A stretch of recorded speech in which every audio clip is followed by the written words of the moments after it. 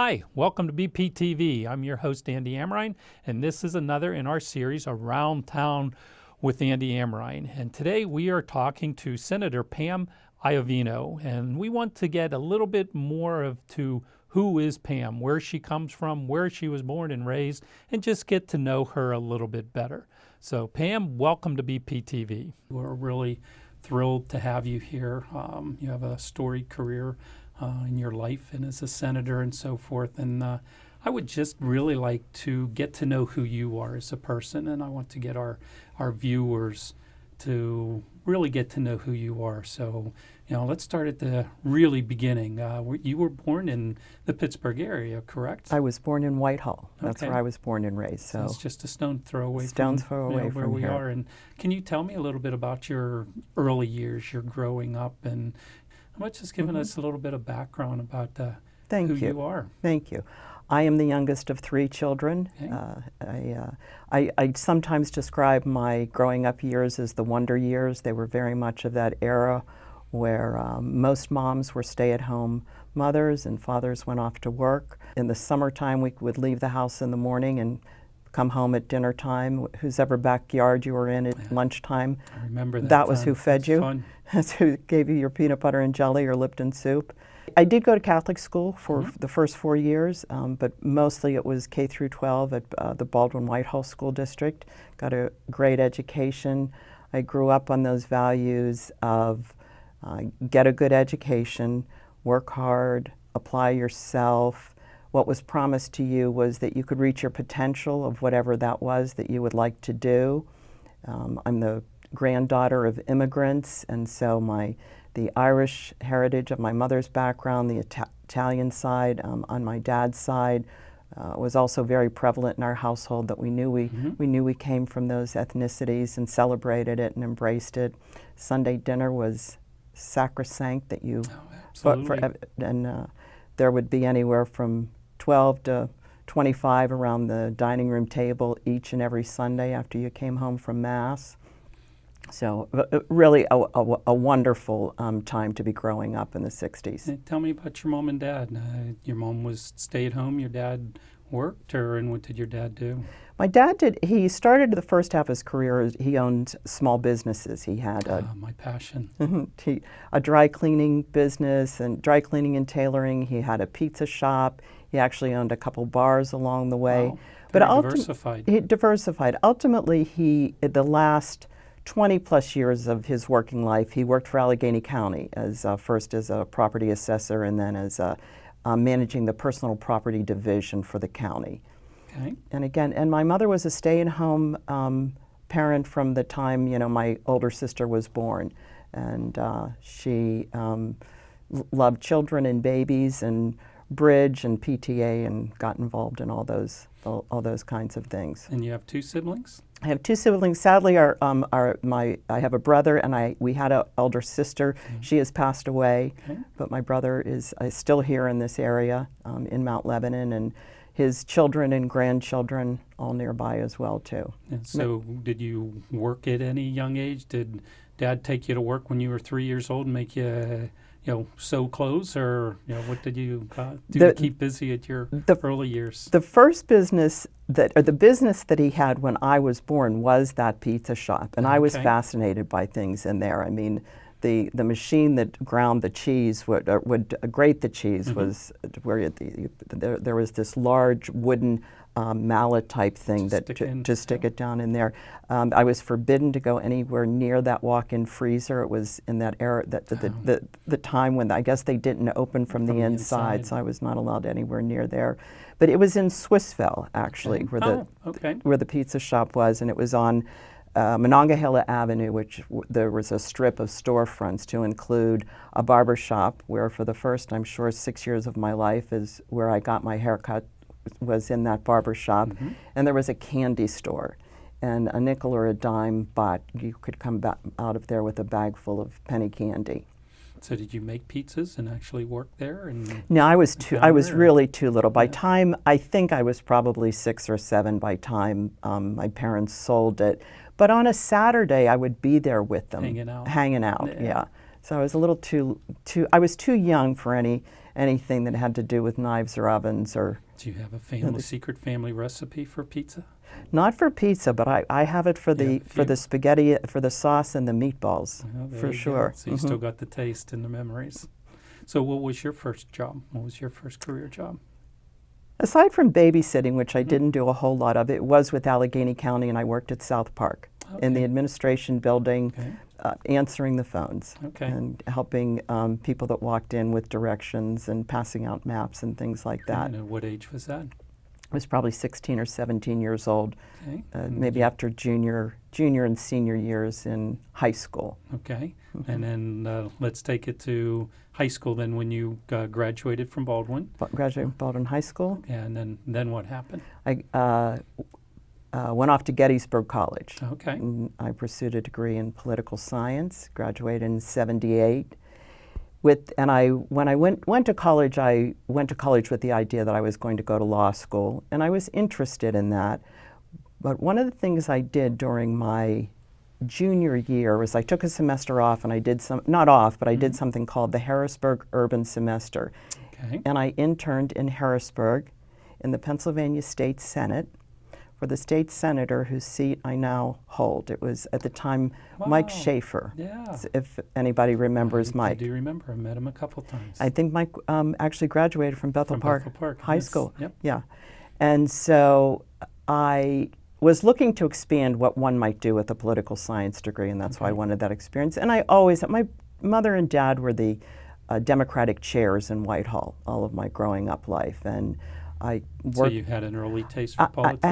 I had an early exposure to it, I will say that. And I had an early exposure that said it was a responsibility to stay informed about what was going on in the candidates. And I did like it.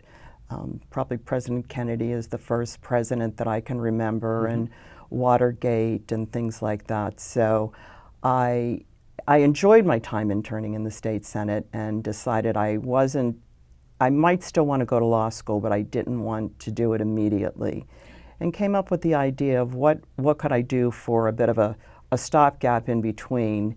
And that's where I came up with the idea to go off to officer candidate school and get a commission in the Navy. Okay, what made you pick the Navy? So there was either going to be the Air Force or the Navy, and just talking to recruiters. And so I was going to do it for 4 years. So I went down and I took the test down on Grant Street in the Federal Building, passed the test, and went off to officer candidate school. Now this was after you graduated After I from graduated, yeah. Okay. You had to have your bachelor's degree to go Just wanted to make sure you didn't decide to skip the last year. No, I didn't. I didn't do that. And I went all 4 years and loved all 4 years there.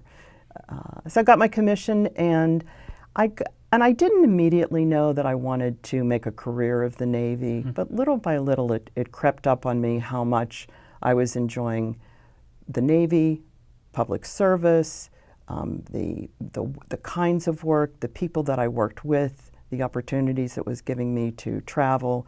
And so at 2 and 3 years at a time, all of a sudden I was inching my way towards making a career of it. I was getting promoted on time, advancing. Another big decision for me was when I was selected to go to the Navy War College and get my master's degree. So it was a nod. That's a nod that they're grooming you for senior leadership they like what they see, going forward. And so that was another, making the decision to do that was another commitment. Now, where was that school? It's in Newport, Rhode Island. Okay. Which I got to be stationed in Newport twice, once for officer candidate school when it was still there, and then for the Naval War College. And Newport is quite the spot. It's a home away from home for you now? You still like it there? I love it there, and I've not been back in several years. I have not been, but I do love it there. It's a great resort town. Okay. So then after you graduated from that school, then where were you stationed then? The Pentagon. The Pentagon? Back to the Pentagon. And that's when I did 2 different tours in congressional liaison. They were back to back, but that's when that happened. I came out of the War College with that degree. I was in the Pentagon. I was working on the Chief of Naval Operations staff, and the opening came to do the congressional liaison, and I asked for the job or expressed that I was interested in the job, and I got it. So got to be an advocate up on the Hill for a client that I really, really loved, Absolutely. United States Navy. And then that led to getting actually a new set of orders. I finished that tour, didn't mean a move, but I moved to the Secretary of the Navy staff and again did congressional liaison. So a broader portfolio, more seniority, more involvement, working more with the appropriations committees and the authorizing the armed services committees. And so it got the opportunity to understand the legislative process, not just as academic and textbooks, but being at the table and part of that process. So how many years were you then in the Navy? I was in the Navy for 23 years 23 total. years. Mhm. It's a career. It was a full So- career. It was a full And then you career. like D.C., the life in D.C. and living in D.C.? I It's a did. beautiful city. My daughter lives there. She absolutely loves We have a beautiful DC capital itself. city. Yeah, it's absolutely gorgeous. I agree with you. I loved my years in D.C. Mhm. and many people in the service and all branches of it, they will avoid corporate headquarters, if you Yeah. will. They want to be It's a good way to refer to it. operational yeah. and out in the action. And D.C. is an expensive place to live, and Sure. it's there's quality of life issues about it. I loved everything about it, and not the least of which is because I had this interest in politics. So it's where it's happening and where it is. So. Yeah, so do you know all the nooks and crannies of D.C., all the different places to see and go and relax? The way you learn a city is getting company to come in, and then you have to show them around. Yeah, my So- daughter has a top 15 list of everywhere someone comes to visit. You have to see these, and then let's go see the other parts. Some of them never change, but Right. there's probably it's What's been your- a while. What's your favorite spot of D.C.? One of the things that one of my favorites, I love the monuments, the Yeah. Lincoln in particular, Yeah. but I think one of the most fascinating and it's not lesser known, but lesser visited places is the Supreme Court. Yeah.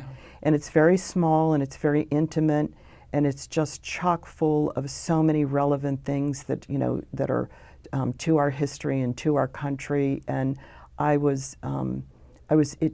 was very impressive to be within that chamber. How about what do you miss about it? The cherry blossoms, or is there a part of D.C. you miss, or you still get to see everything you want? I would not want to live there anymore. And it's not aversion to D.C. Right. I'm just, I It's a bopped lot around different for. than Pittsburgh. It's very different, and like every good Pittsburgher, I'm a boomeranger, and Yeah. so after 25 years of changing addresses every 2 to 3 years, what's most important to me now is to be home and have these roots and connections. Your home now is Mount Lebanon? I do live in Right? Mount Lebanon Okay. now. So, and you've lived Didn't there get how to- many years now? I've lived there since I bought my home in 2013, Okay. so coming up So on 7 yeah, years. you got quite a few years there then. Where did you find your passion for public service? Because it is a passion. A lot of people that have it, that's something they've done pretty much their whole Mm-hmm. life to one degree or another. Where did yours start? It was in the Navy. Okay, the Yep. Navy is when you really Public fell in love with service, it. wearing our country's uniform, being part of something bigger than yourself. Okay. It was there. And then my follow-on job was with the Department of Veterans Affairs. Okay, so that's after you got out of the Navy? I retired from the Navy because I was. Yeah, I shouldn't say get out of the Navy. Excuse me. No. Yeah. I had to retire from the Navy Okay. because in 2003, President George W. Bush was our president, Mhm. and I was nominated by President Bush to be the Assistant Secretary for Congressional Affairs at the Department of Veterans Very Affairs. nice. And it was an unbelievable opportunity. Okay. And so I had to and so I successfully made it through the vetting process and the Senate confirmation, and was sworn in as Assistant Secretary. And with that, because of all of that, it required that I retire. So I had Okay. my 23 years, and I was eligible to retire. So I got this next really incredible opportunity to serve. Again, to be up in Capitol Hill advocating for another great client, if you will, and that was our veterans. At the time, our veteran population was probably about 25 million.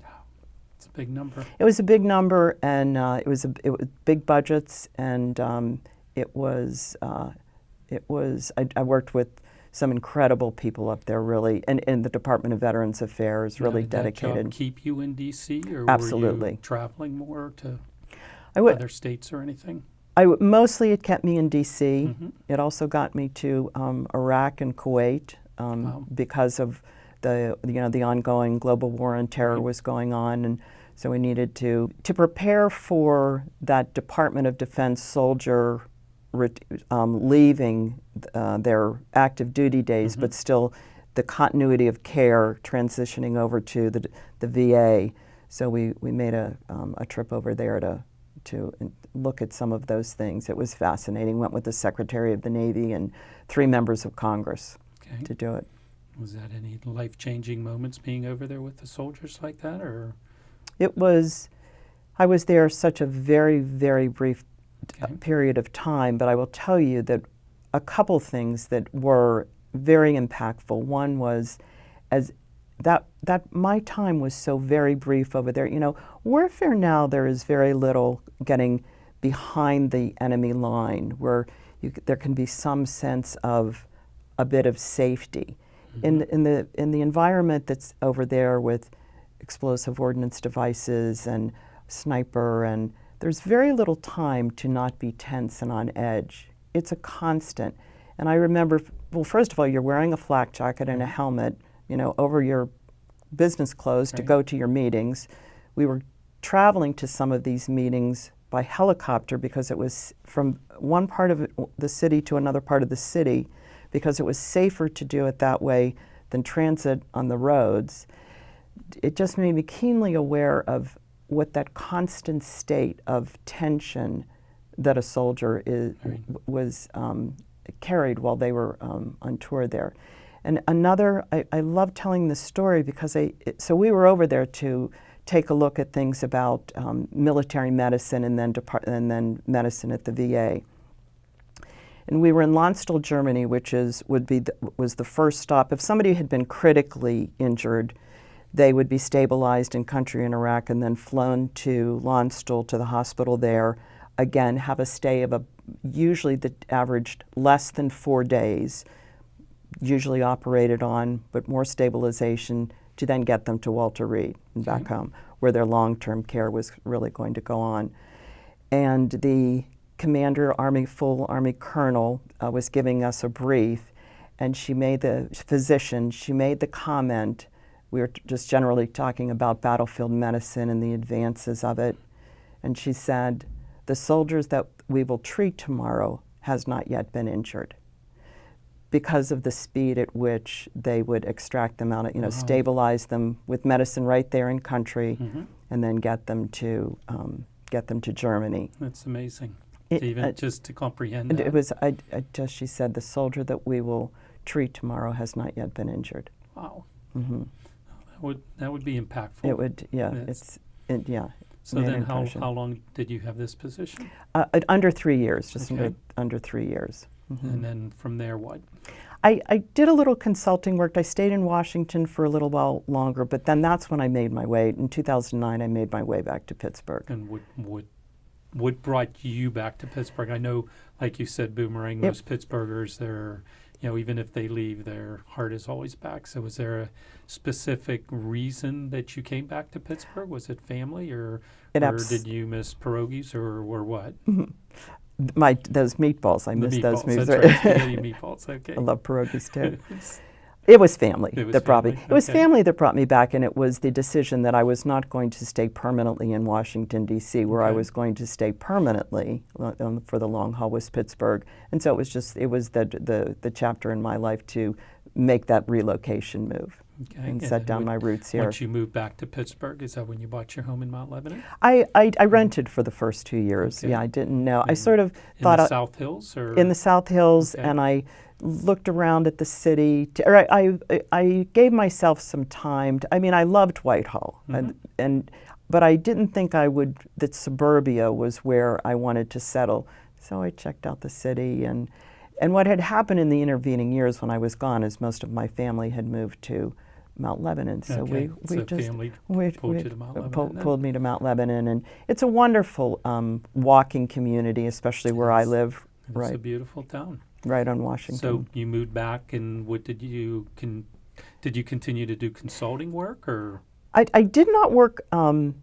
If my mother was still living at the time. My Okay. father had already passed away, but my mother was still living, and she was in nursing home care. And I spent the last couple of years of her life, I was able to spend more time with her than I had Good for during you the both. time. Yeah. It was truly a gift.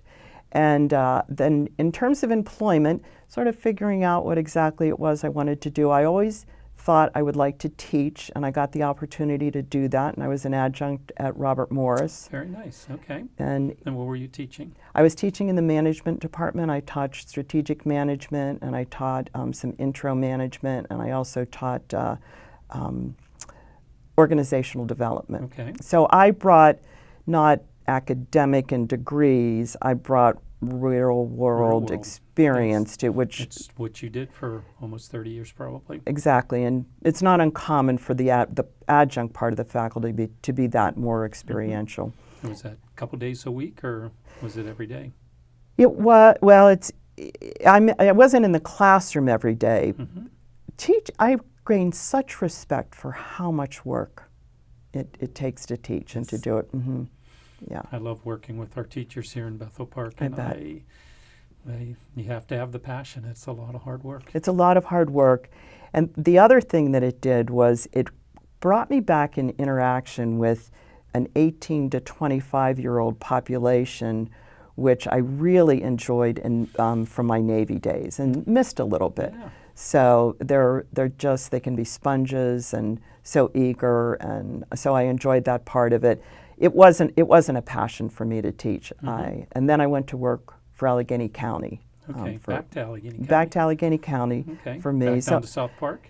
No, it was downtown, Okay. being the director for Veterans Services Okay. for Allegheny County. So I had So so you I've were gone in the from county office building there behind the those courthouse? offices are actually in Oakland, Oh, housed in okay. Soldiers and Sailors on the third floor of. I did not know that. You know, Okay. that's where they're tucked away there. It's That's probably a good place for them. It's there's some great advantages to that location, not the least of which is pulling people downtown and having to park and things like that. So no, that's where the county offices are there in Soldiers and Sailors, and then there's a little bit of just camaraderie about that location. Another beautiful building, a beautiful museum that we Yep. have here.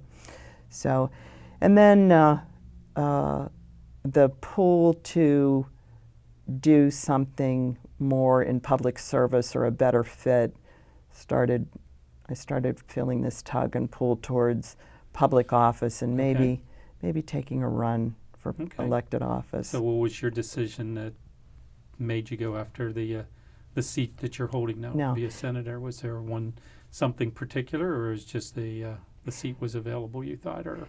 The first run I made for political office was actually Congress. Okay. And it was before we redistrict, it was the seat held by Congressman Murphy. Okay.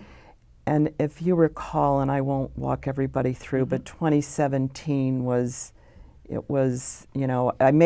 made the decision to run against an incumbent. Right. Congressman Murphy was in office. And then it was going to be for an open seat because he wasn't going to run. Right. I And then recall. 24 hours later, he announced his resignation, Right. so it threw it into a special election. Ultimately, 7 Democrats there were 7 of us who went before the processes. The county committee members within that congressional district choose who's going to be the candidate. Okay. Republicans have a similar but not exact same process for them to pick their single name. Connor Lamb prevailed in that race. Okay. The next thing that happened, and I was, even before I decided to run, because of what I had done in congressional liaison and on Capitol Hill in the background, people would suggest, why don't you think about running? And candidly, I had interest in doing it. I just didn't come from that world, and I didn't know how to go about it. And so what you do is you close the gap of what you don't know. So by time all of those events rolled around, I was ready to say, "Oh, I'll try. I'll try." And then what happened in Pennsylvania, really simultaneous to that special election for Congress, was a Supreme Court decision, a state Supreme Court decision, and we redistricted all of the congressional seats. Okay. And State Senator Guy Reschenthaler decided to run for one of those new seats, and he won, making the vacancy and the special election for the state Senate seat. So the next opportunity sort of presented itself, and I was encouraged to do it. By that time, I really very much was interested in trying to find a spot and a fit for myself, not just that was public service, that was in elected office, and that was in the legislative branch of government. And they converged. That opportunity was there. And then your seat, you started April. You're coming up on your first anniversary. Yes, the special election was in April of 2019. It's met your expectations of doing what you want to do and your passion for public service and everything. You happy? It has met my expectations. Yes, Okay. I'm loving this job. Okay. I'm loving. And what have you enjoyed the most about it? The helping people is really at the start and finish of the day is why I did it. You do that in a variety of different ways. You try to pass good policy and good legislation. You try to bring funding to your district. Right. You try to just help people if they have to navigate state agencies. And so I have a great constituent services in 2 district offices. One is here in Bethel. The other is in Robinson. Okay. So I'm loving this job. So how much time Working do you hard. get to spend in Mount Lebanon compared to in Harrisburg then? Depending on what month it is, because our legislative days, there's a legislative calendar, and that dictates when I have to be in Harrisburg. So in the spring, it's more weeks of the month that we're up there, not at all over the summer, and then we start ramping back up again in the fall.